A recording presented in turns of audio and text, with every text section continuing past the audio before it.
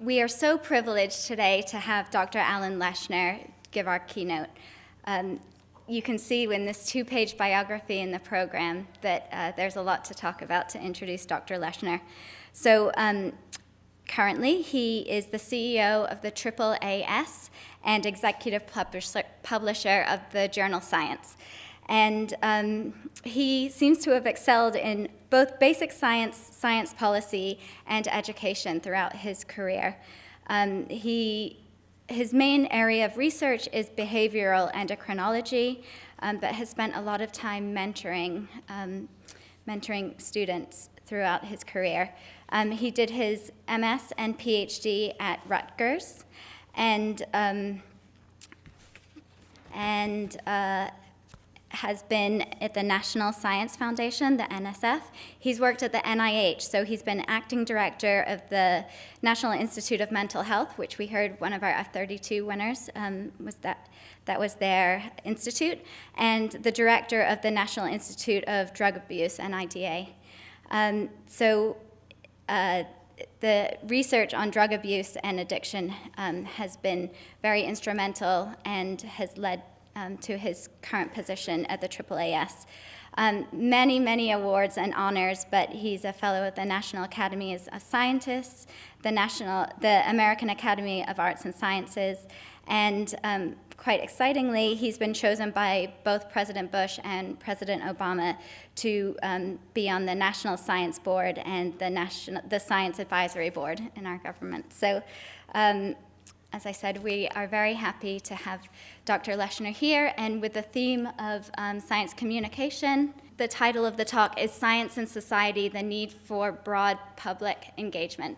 And just so you know, this talk is being recorded, so you can go back and tell everybody in your lab to look it up online, and we'll give you all the information about that. Okay, thank you.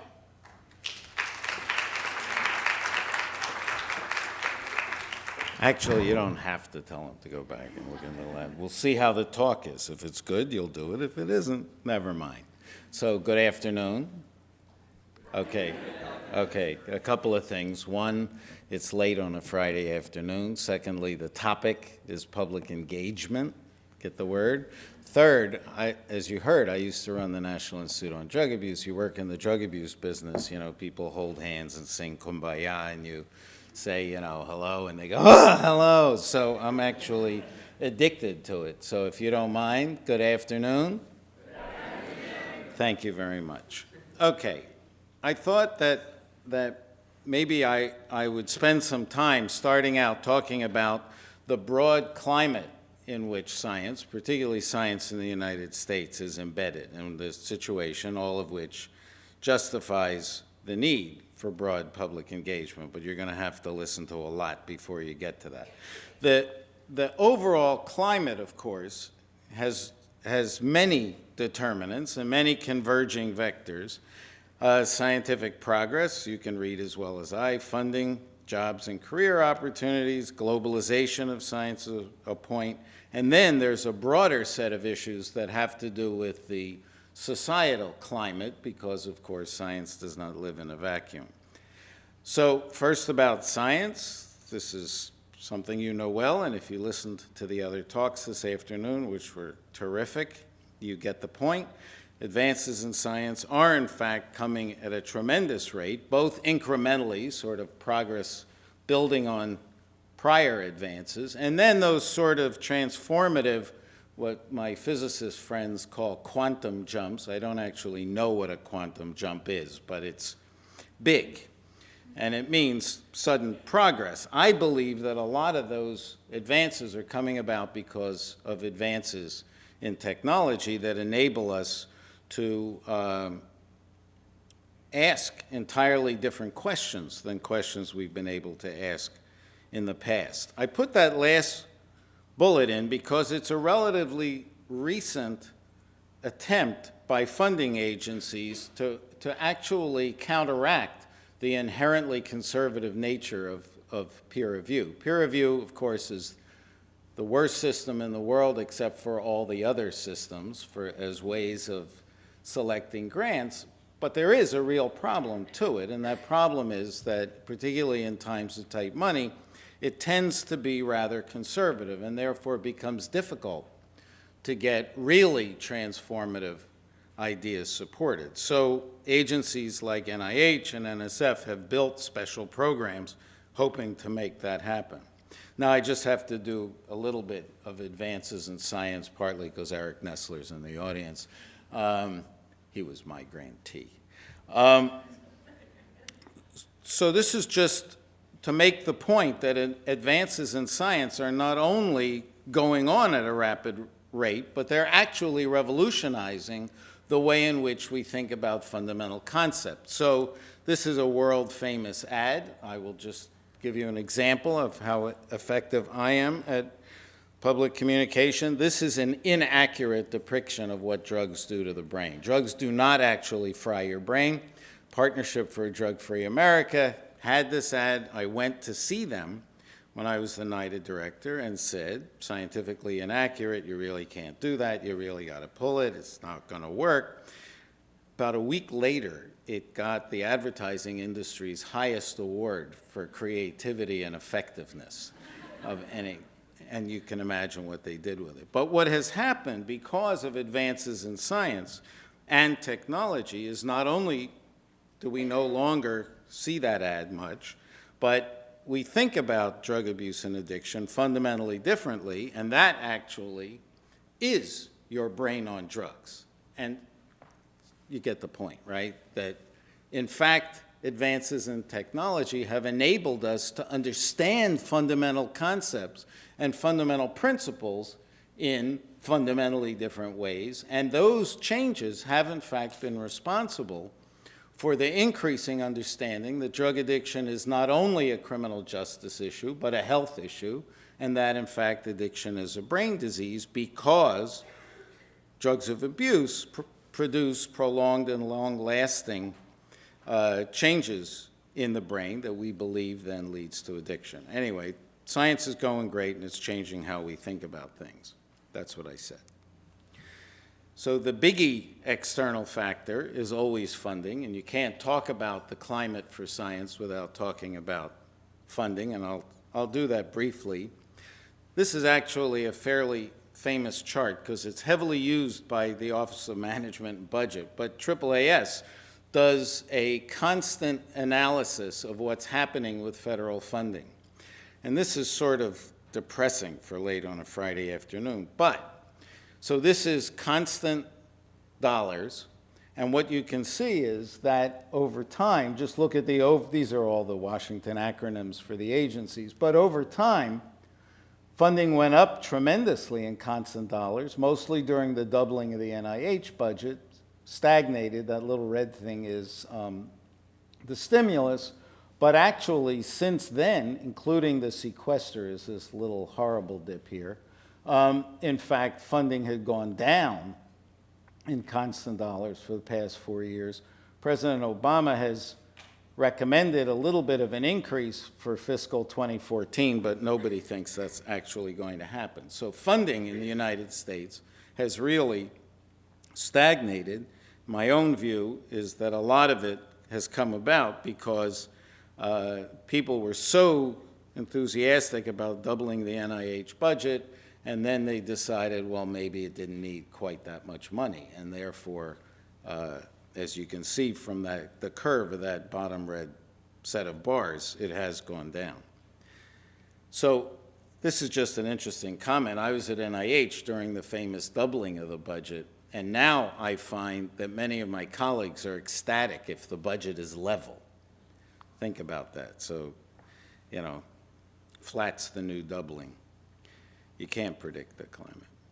How about jobs and career opportunities? Well, there's a trend that's been going on that's very difficult, and that trend is the aging of principal investigators. So it turns out that the average age of a first grant, first R01 at NIH now is 42.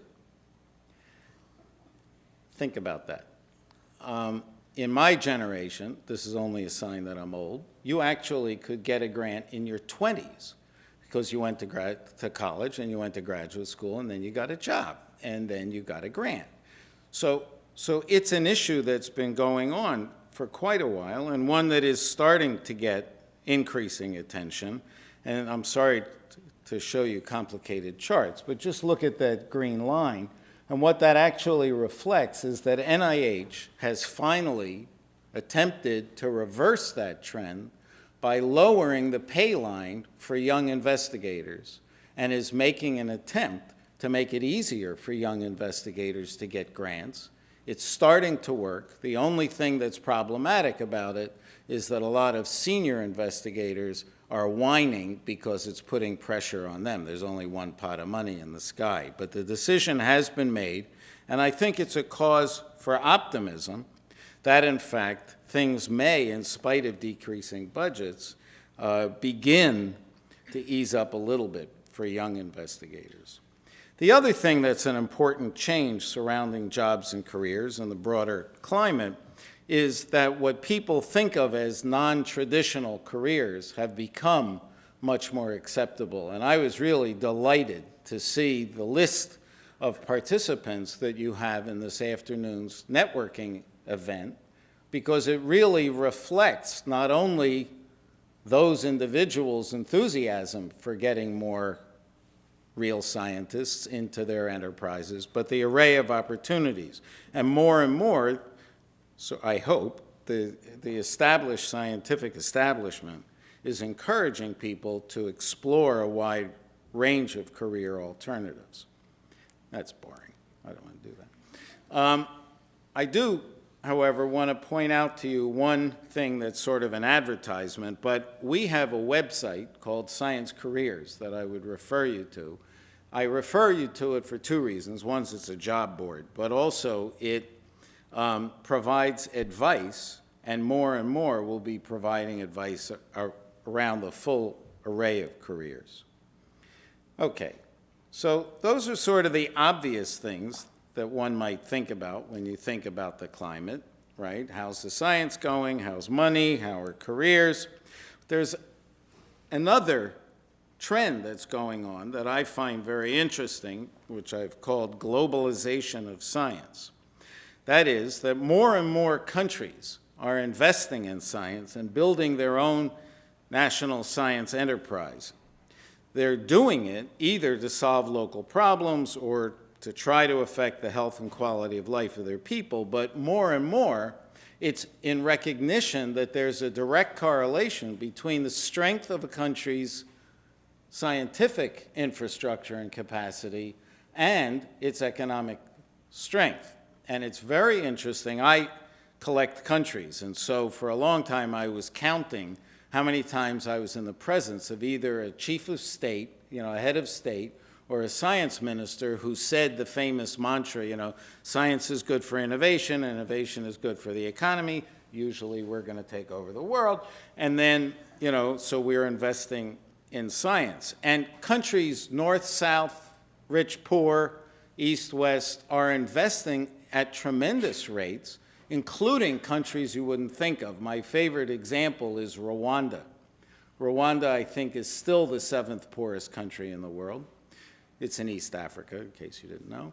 And it is very poor in natural resources. It doesn't have minerals and, hidden gems and stuff like that. And the president, Paul Kagame, has decided to build the country on its brains.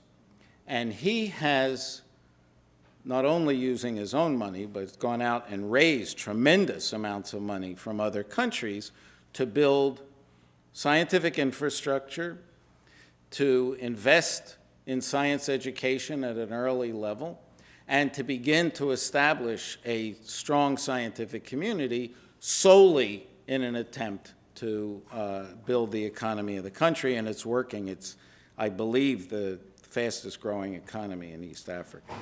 This is just to show, this is from Science Indicators, this is just to show the pace at which investments have occurred. If you look at that little red line, that is Asia. China has been increasing its investments in science at a rate between 20 and 30%. They're now lamenting that this is going to be a really rough year. The increase will be 17%. Yeah, you saw that other one. the European Union has just passed a budget for 72 billion euros for their Europe-wide Horizon 2020 program, and we talked about what's happening in the United States. It's interesting that, this is a little depressing. Am I depressing? Is this going to be a bad talk because I'm depressing? It'll get better. Anyway, Europe has been out publishing the United States. This is just an indication of the number of researchers. Again, notice how rapidly it's gone up in China, and I can tell you that the quality has gone up with it. This is the number of articles published. So Europe has been out publishing the United States since the mid-1990s, right? This is just numbers of articles published. It is the case that US articles are still cited more frequently, but we are no longer, the point is, we are no longer alone. And there's an argument now going on in policy circles. There's no question that American preeminence in science has been compromised. We are no longer the very best in everything. My concern, of course, and I wrote an editorial in Science a couple weeks ago about this, is that, in fact, we have to be careful we don't lose our very eminence, that we are no longer among the very best unless we continue having the kind of support that it takes. Now, what you conclude from that is science is going on in more and more parts of the world, and the balance is shifting, and that it's become more collaborative. That is, that it used to be that science was done by individual investigators working in their own lab with, 3 graduate students and a postdoc, but that has changed tremendously. And this is just another study done by the National Science Board, which shows the percentage of articles that involve international collaborators in articles coming out of Europe. China is interesting, right? That they have had much less international collaboration as a percentage, or it hasn't changed that much. The US continues to go up a bit, right? You can read as well as I, sort of.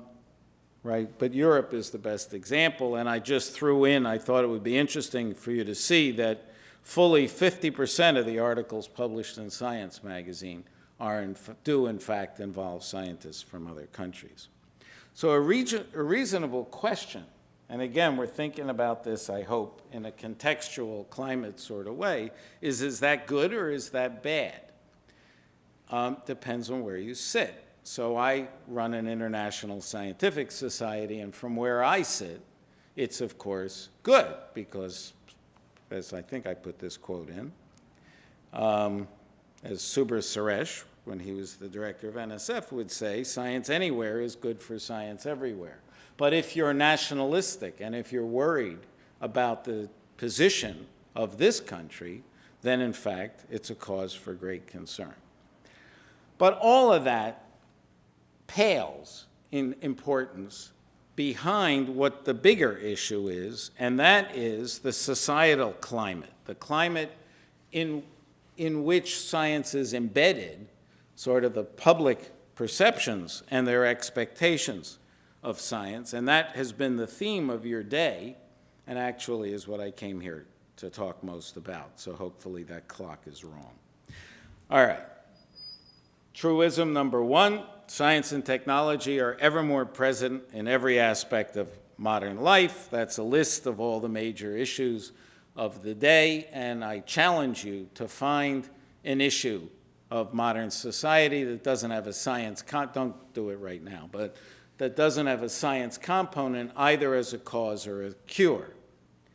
What that means, the consequence is that in order for people to prosper in the modern world, they have to have a fundamental understanding and comfort with science and technology. Now, they may not need to understand the nuances of pituitary adrenocortical function, which I find horrifying if they don't, but the truth is they don't. But they do need to understand the nature of the enterprise, what is and isn't science, what they should take seriously and what they shouldn't. I made the point before that for nations to prosper, they need scientific capacity. And we, of course, on the other side, in order for us to prosper, the science-society relationship has to be strong. This is my favorite quote in the whole world. I put it in every talk I give. It's really important, so read it. Public sentiment is everything. With it, nothing can fail. Without it, nothing can succeed. And I think that's a message that the scientific community has to keep. Do you like that? I made that. When I was in the government, there were 6 people whose sole job was taking care of my life. Now I work in a nonprofit. I make all my own slides. I do all my own writing. I even recently have been making my own appointments, and therefore I'm usually late or double booked. But anyway, I made that, and I'm very proud of it. Thank you. Okay. The reason that that relationship isn't going so well, or the reasons, are actually the convergence of forces both inside and outside of science. So it's important to recognize that many of the issues are coming from within our enterprise. And any time any of those issues rears its head, it affects the entire enterprise and the way in which society sees science and relates to it. And I won't go through them in any detail, but using the scientific misconduct example, so we, Science Magazine, published the South Korean fabrication of an embryonic stem cell paper. And I can tell you that when that fraud was discovered, I spent about a third of my life for 3 months doing nothing but cleaning that up. The effect across all of science is amazing. Conflict of interest. 5 scientists out of 5,000 scientists at NIH were guilty of pretty brazen conflict of interest violations, and it almost brought NIH down. So these things within our enterprise, even though they're rare events, and we have a tendency to minimize them because they're rare, I can tell you that from a public's point of view, they have a very negative effect and are tarnishing the whole enterprise. What that means is that all the time we have to be very clear that we're keeping our own house in order, that we're monitoring what's going on in our own house, and that we're standing up when something happens, saying it's bad, saying we're not going to accept it, and fixing it. Okay, these are factors internal to science. But there are a bunch of factors external, beyond funding, that determine the climate. And every time I have shown that sort of roller coastery thing, somebody says, oh, but people like science. And you know, it's actually true. This is a study done on the prestige of scientists and engineers compared to other professions. Now, you can't actually read the x-axis so I can tell you anything I want. But, so that's scientists. It's true. Scientists enjoy the second highest prestige of any profession. Firefighters are number 1. Lawyers are down here, I just want to point out. You know, athletes and actors are actually down there. And given my athletic prowess, I'm really happy to see that one down there. So that's true. And it's also true that forever, 70 to 90% of the public believes that the benefits of science outweigh the risks or the harms associated to it. The problem is that people have no idea what it is and what it isn't. So, can you read that? So it's not true about extrasensory perception. So those of you who are in that 60%, 47% of Americans don't believe in evolution, 41% think astrology is somewhat scientific. It's astronomy that's somewhat scientific, it's not astrology. And what that tells us is that people, as I alluded before, need to know about science as an enterprise. They need to know questions we can and can't answer. So what's the tension coming from? Some of it comes from a perception of the motivation of scientists. And surveys that have been done have suggested that this has actually changed over time. But there has been a disconnect for a long time between how some scientists have spoken about why they do science and why the public thinks they fund science. And so I just drew this as two poles, two ends of a polar continuum. This is, scientists who say they do what they do because it's interesting and provocative, and it may be true that most scientists do what they do because it's interesting and provocative, but the public does not think it's interesting and provocative. And there's a famous saying that if we as a society supported science only because it's interesting and provocative, it would get the level of support given to classical archaeology. The public only supports science because it thinks it's of direct use. And there has been forever a tension between policymakers, like members of Congress, who think that all of science should be targeted at very practical problems of the day, and many in the scientific community who think they should be empowered to study whatever they want because it's cool. And that tension has caused tremendous friction. You may be aware that there's a movement in the US Congress at the moment to defund all of social and behavioral science. Social, behavioral, and economic science. It's already been done to political science, that NSF has been prohibited from funding it. And the reason is either that some policymakers don't like the answers that those sciences are providing, or they think that it's not going to be of ultimate practical use. So that's one. Another source of tension or conflict is that sometimes what science is showing is inconvenient. So climate change, I believe, is the best example of that you can think of. Why, actually, you just heard, right? The IPCC put out the report today with 95% surety the Earth is warming and humans did it. That's not bad, 95%. And there's another statistic, 97% of the scientific community acknowledges that the Earth is warming and humans are responsible in part for it. But it's very inconvenient if you're a policymaker to accept that fact, because then you have to do something about it, and it's very expensive, and therefore often it's denied. So that's two sources of tension.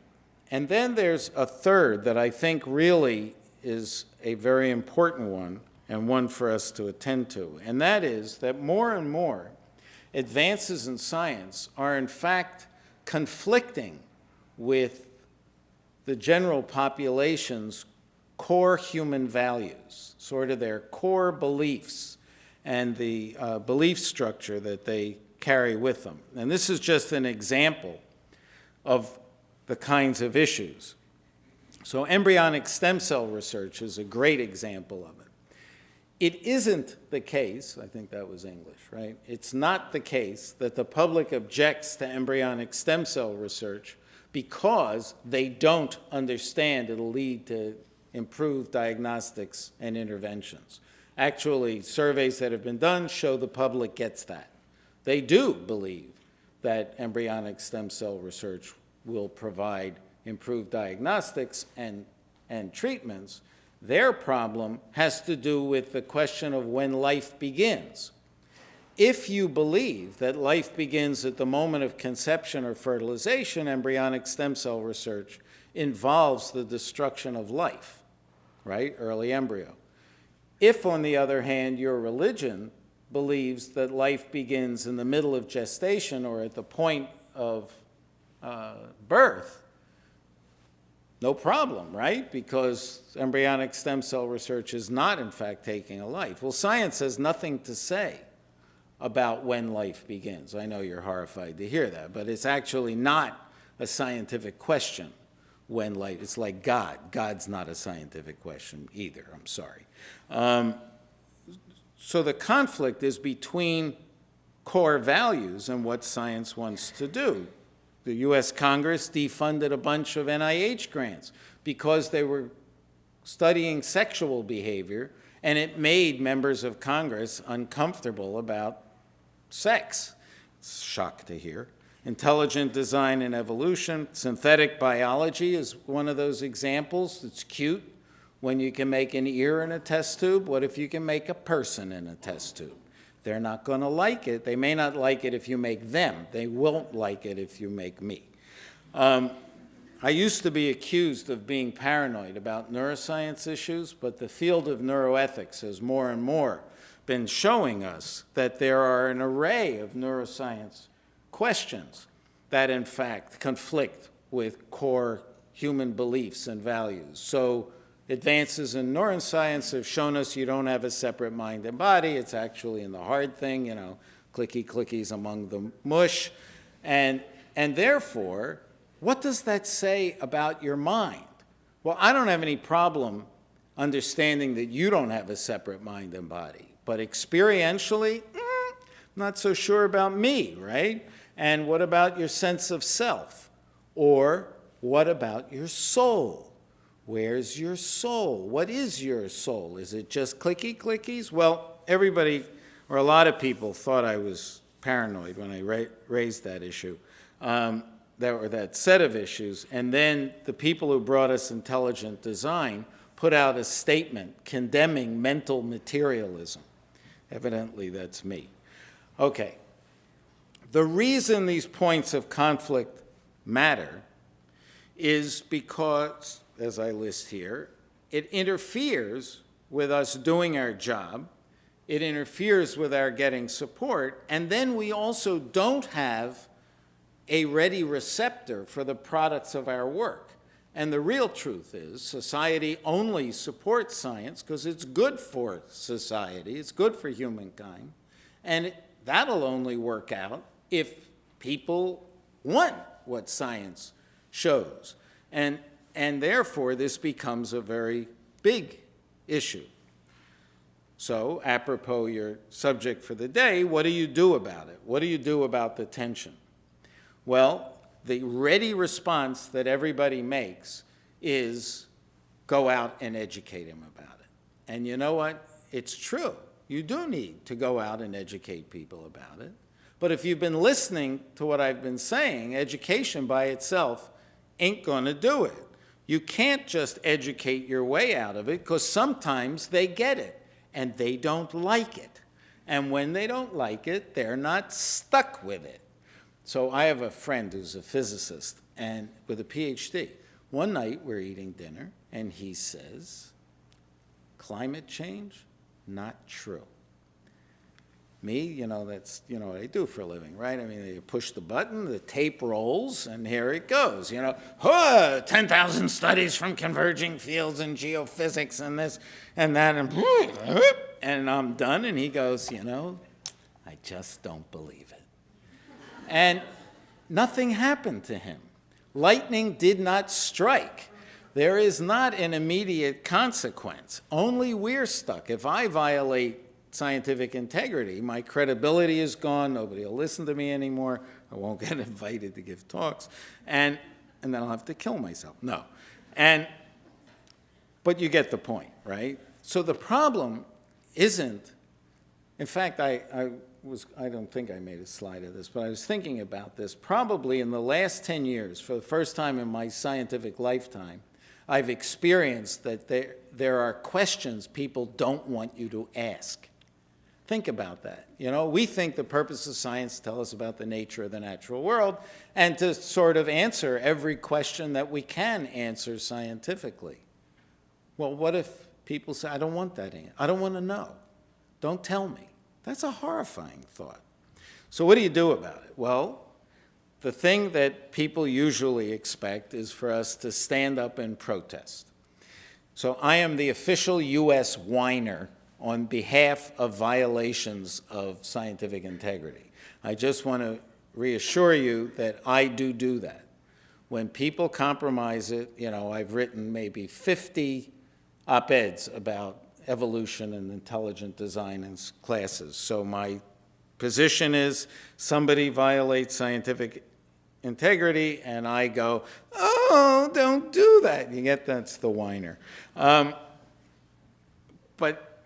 But as Pogo used to say, insanity is doing the same thing over and over and expecting a different outcome. If everything I've told you so far is true, just whining isn't going to do it.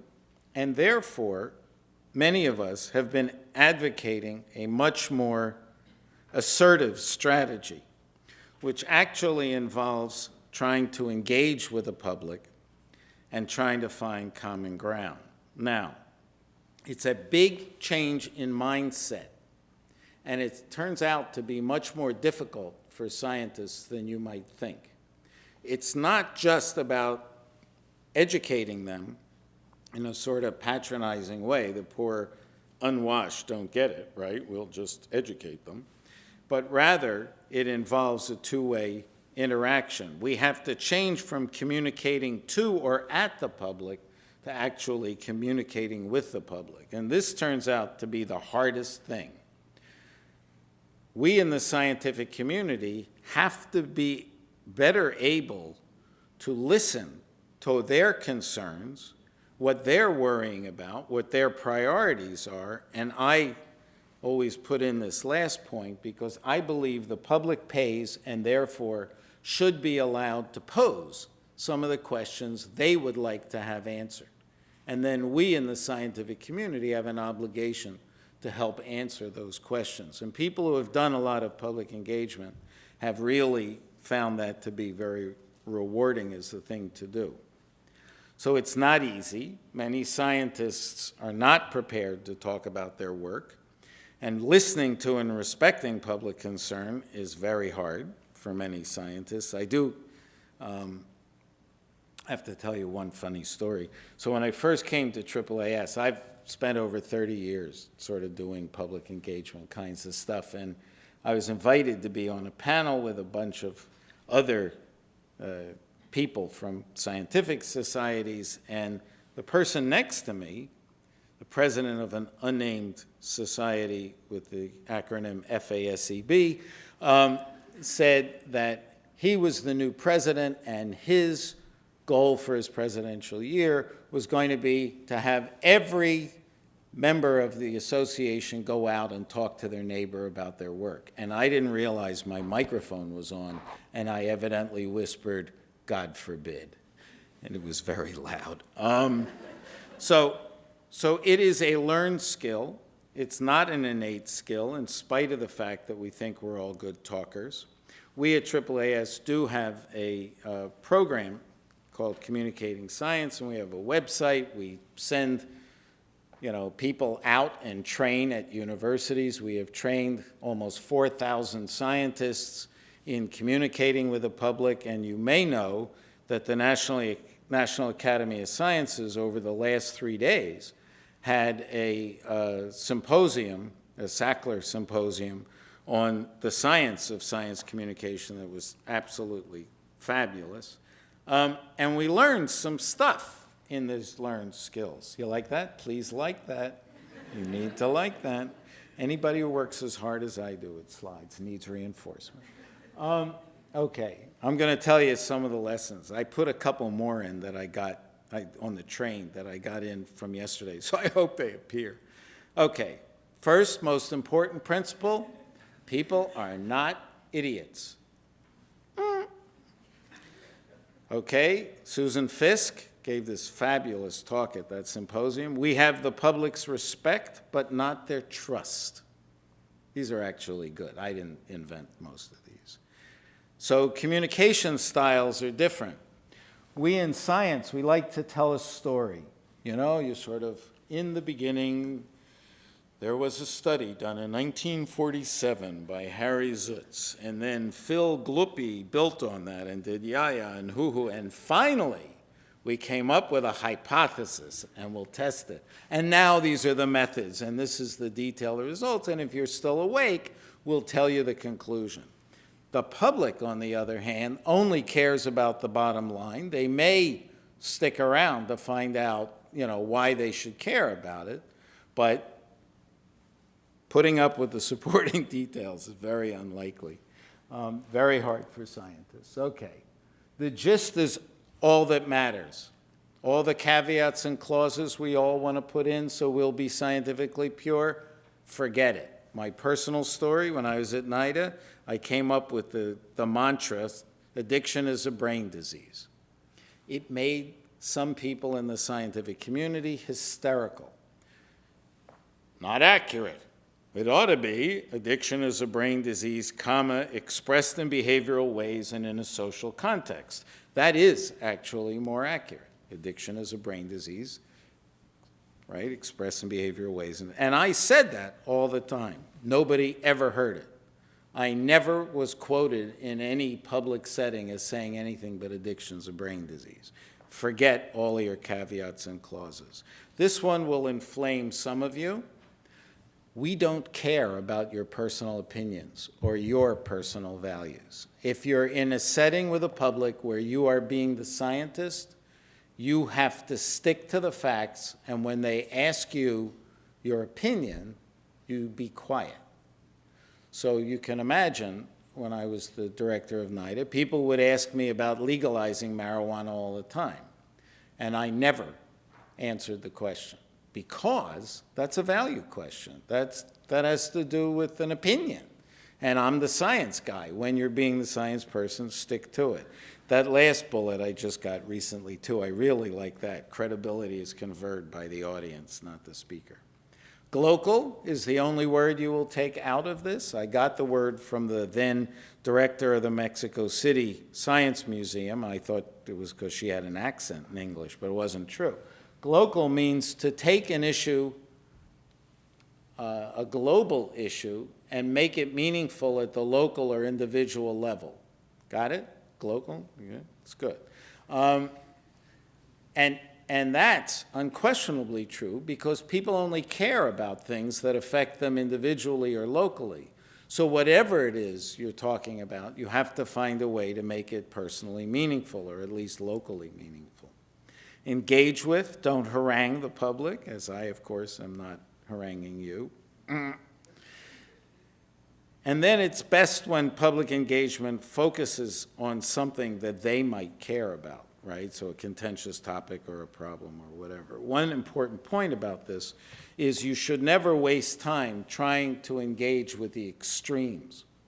So, in talking about evolution and intelligent design, we learned the hard way that it's pointless to debate an ideologue all the way on the fundamentalist creationist side. They will not move no matter what you say. It's also true of the evangelical atheist on the other side, who ain't moving either. Forget them.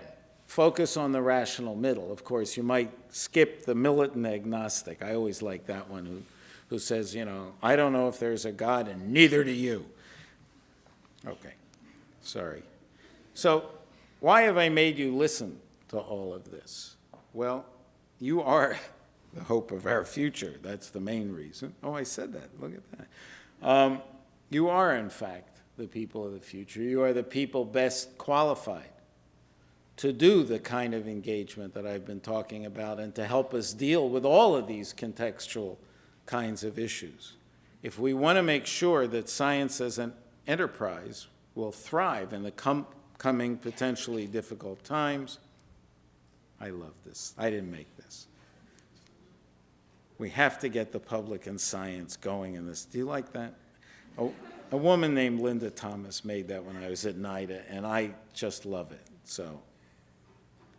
But that is the message of the day. We need to get us all going in the same direction and in a positive way. And we need the whole scientific community doing it and working to that common goal. I did make this, and we need you. Want to see that again? Thank you.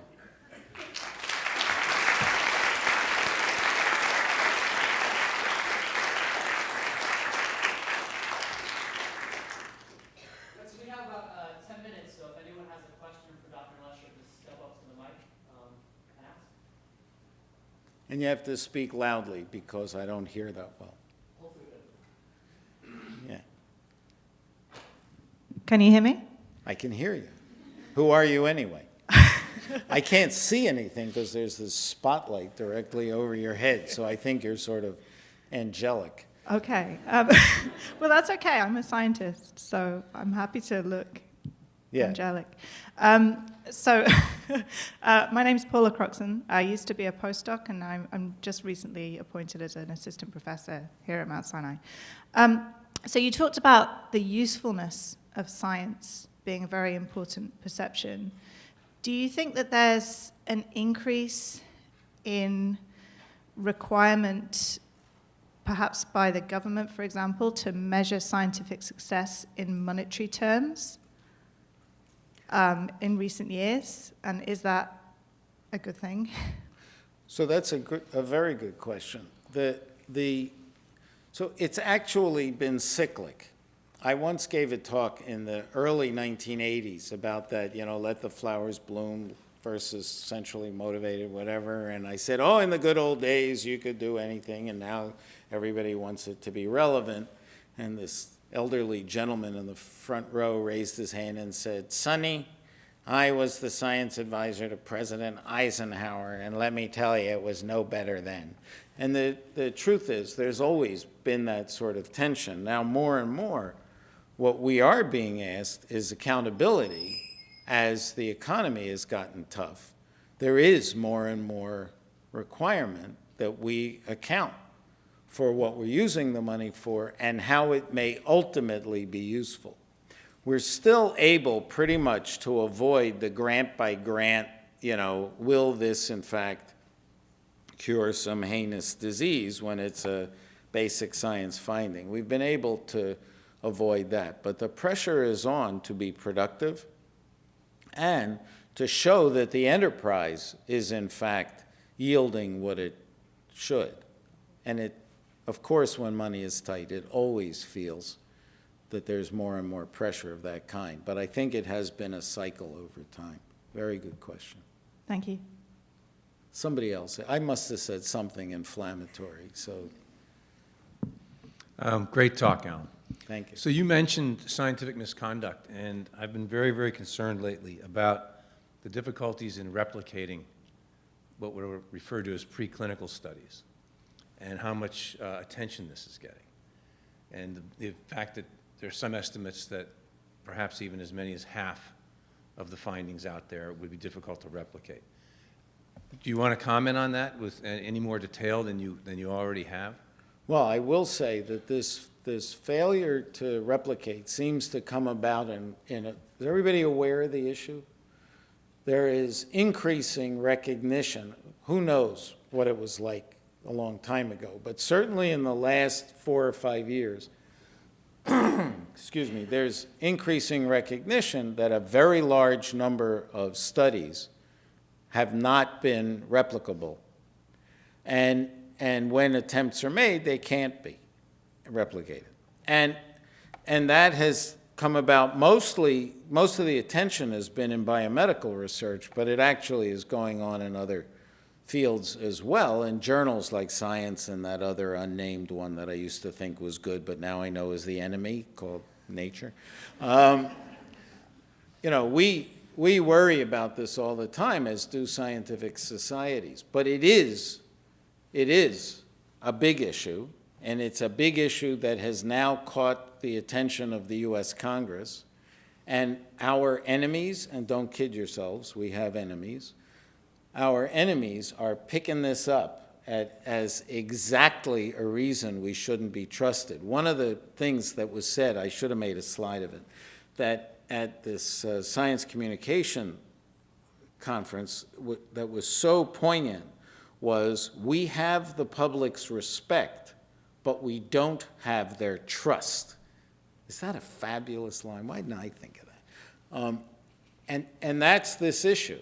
It's failure to replicate. It's a mistake. It's, out and out misconduct. And these things get tremendous press, even though they're rare events. Replication may not be a rare event. And I am aware that many scientific societies are trying to figure out how do you deal with it, how do you handle it. It's a big issue, not a small one. I'm glad you brought that up. Yeah.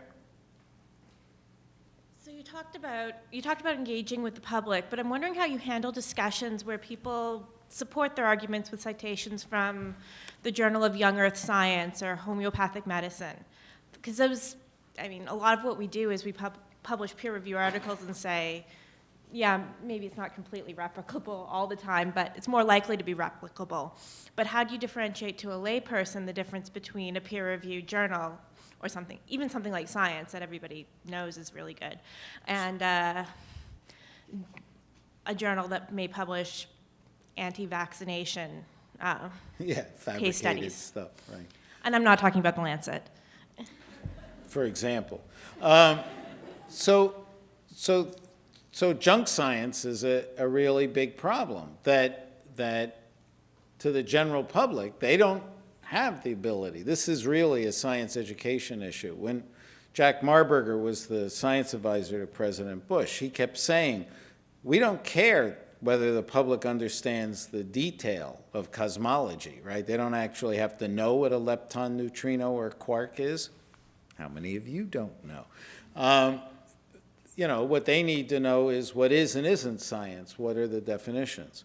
And the only thing you can do in that kind of a discussion is try to convince people that we only use science that's been subjected to this kind of standard. But I have had people say to me, well, there are data and there are data. And then I sort of say, no, there aren't. They're only data. And then that's a little tough to sustain. But you have to not give in and not give up. And if, they're quoting the Journal of Irreproducible Results, tell them that's the title. All you can do is sort of stand up for the scientific standards. And if anybody violates them from our community, we as a community do have an obligation to condemn them for it. I actually, and again, I've been accused by some of being, self-righteous, but people who know me know I am, so it's not a problem. When the NIH conflict of interest stuff came up, I wanted NIH to arrest all of them.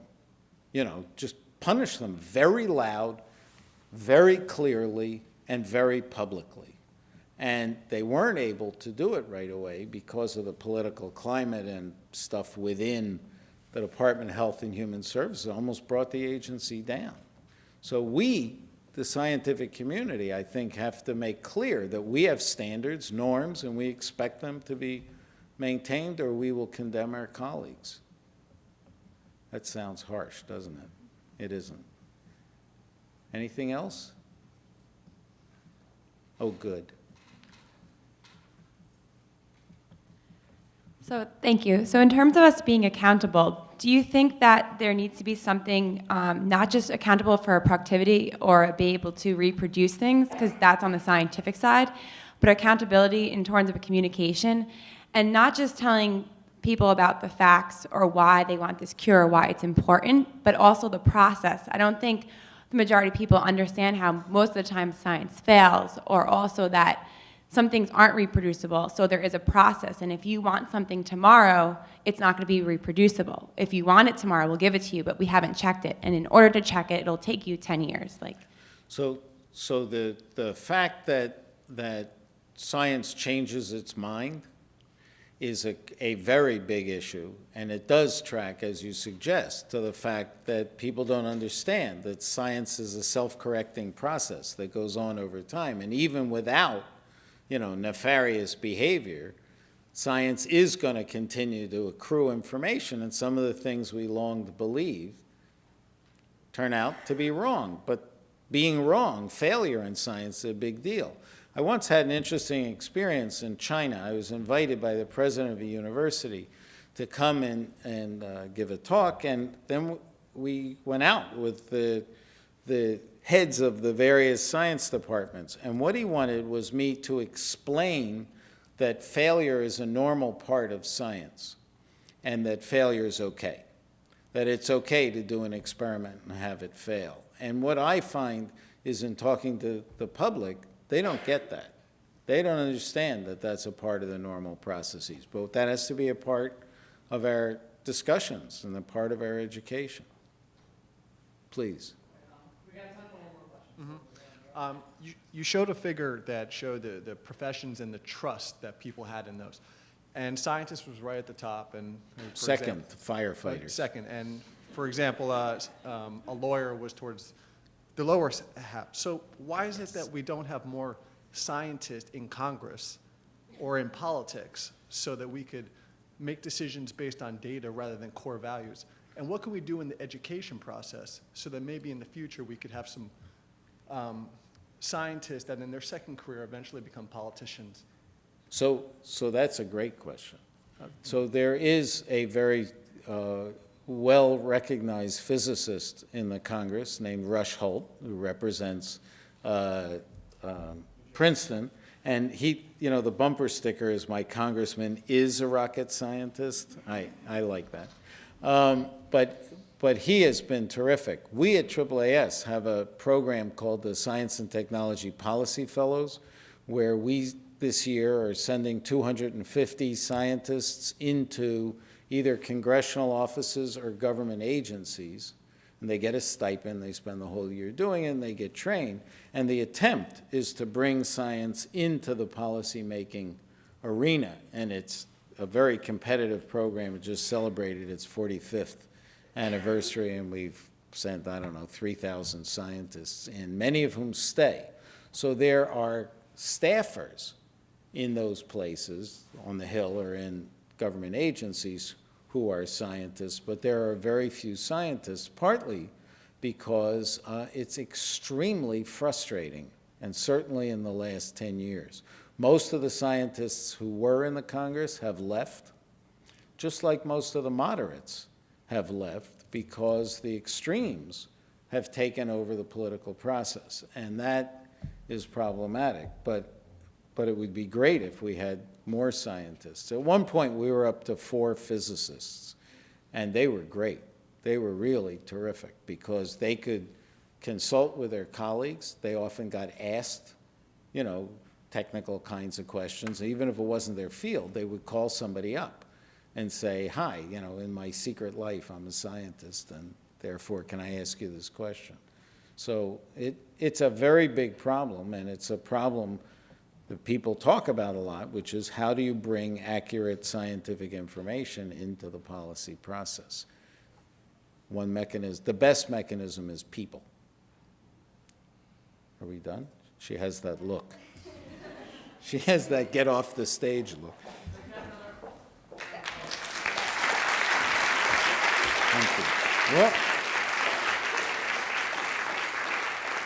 So that's a great segue because the theme for next year's 5th Annual Postdoc Symposium is Science and Policy. So we're looking forward to that just before the elections. But we learned that Dr. Leshner has a passion for New Zealand Sauvignon Blancs, which is my favorite type of wine.